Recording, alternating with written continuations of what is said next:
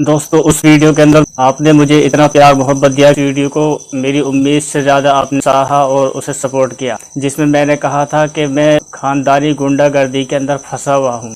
माशरे के अंदर आप भी और मैं भी इस बात को कहते हैं कि दुनिया के अंदर अगर जन्नत है तो माँ बाप हैं, वालिदैन हैं। लेकिन अगर माँ बाप और वालिदैन अगर बिगड़ जाए, औलाद को नुकसान पहुँचाना शुरू कर दें, तो दुनिया के अंदर ही जिंदगी औलाद की जहन्नम बन जाती है। ये मैं इसलिए ऐसा कह रहा हूँ कि मेरे छोटे बड़े भाइयों के ब्याह शादी हो गए, मेरी शादी को रुकवा दिया गया वालिदैन की तरफ से। हमारे वालिद साहब के जो बड़े भाई साहब हैं, उनकी भी शादी को रुकवा दिया गया और उनकी जमीन पर नाजायज कब्जे वालिद साहब ने करके रखा है। जिस जगह मैं रह रहा हूँ, यहाँ रहने के लिए मुझे धमकी दे रखी है कि मैं यहाँ नहीं रहने देने का तुझे।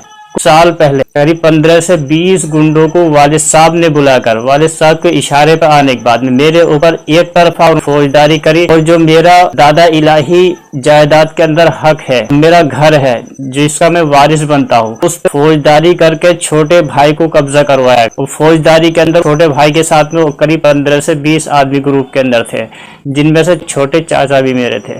तो वालिद साहब ने दूसरे लोगों से मेरे ऊपर फौजदारी करवाई है। अगर औलाद के अंदर कमी होती है तो दुनिया बदनाम करती है कि औलाद बिगड़ गई, लेकिन अगर वालिदैन बिगड़ जाए तो इसके बारे में कोई मुंह नहीं खोलता।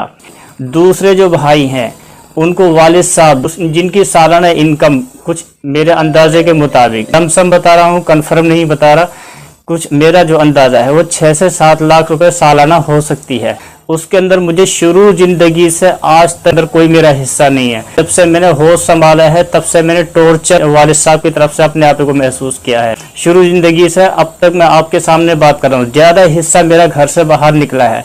अपने खर्चे मैंने खुद ही उठाए हैं। वालिद साहब ने दूसरे भाइयों को बेनिफिट भी दिया है और उनसे मेरे ऊपर फौजदारी भी करवाई है। अकेले भाई या वालिद साहब नहीं, बल्कि ग्रुप के अंदर ये लोग जमा हो जाते हैं कि अगर वालिदैन दुनिया के अंदर औलाद को परेशान करना चालू कर दें तो जिंदगी दुनिया के अंदर जहन्नम बन जाती है। आखिरत के अंदर उनसे जन्नत की उम्मीद होनी चाहिए नहीं हो। आप ही कमेंट में लिख कर बताओ। आपके सामने मैं छोटी सी वीडियो के लिए इसलिए रख रहा हूँ, आप इसको देख लें। वालिद साहब अपने इस बात को कह रहे हैं कि इस घर में रहने नहीं देने का।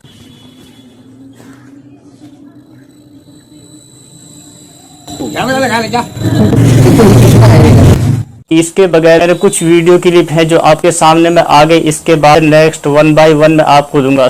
अगर उनको इस बात का महसूस हो जाए या फील हो जाए कि हमारी ये बातें आगे कहीं पब्लिक तक पहुंच जाएंगी, तो वक्त से पहले इनके पास में बहाने ऐसे होते हैं कि मुझे कानून के अंदर भी मुजरिम बनाने पर इनको कोई परेशानी नहीं होने की है। मतलब गुनाह ये करेंगे और कानूनी मुजरिम मैं बनूंगा।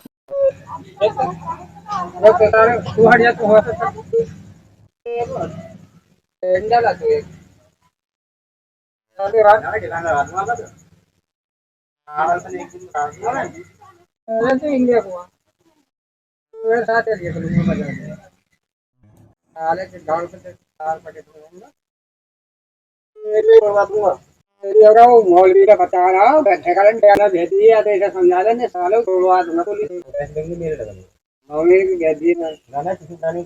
इस ग्रुप का बैकग्राउंड कुछ इस तरह से है। इसके अपने सगे 5 भाई, इनके पिताजी के 5 भाई, दादा इनके 2 भाई। दादा ने दूसरे भाई की शादी रुकवाकर उसकी ज़मीन प्रॉपर्टी छीनी, कब्जा कर लिया। इनके पिताजी ने अपने 5 भाइयों में से एक नाबीना अंधे भाई की ज़मीन प्रॉपर्टी पर कब्जा कर लिया, उसकी शादी रुकवाकर उसकी नस्लें ख़त्म। इनके अपने 5 भाइयों में से एक भाई की शादी रुकवाकर उसकी ज़मीन प्रॉपर्टी पर कब्जा करने के लिए सिखा रहे हैं फौजदारी करना, गुंडागर्दी करना। आपके एक शेयर करने से सरकार तक आवाज़ पहुँचने में मदद होगी। भी कोई बात समझ में नहीं आए तो नीचे कमेंट सेक्शन में लिखकर ज़रूर बताएं। मैं उसके बारे में दूसरी वीडियो के अंदर आपको उसका जवाब ज़रूर देने की कोशिश करूँगा।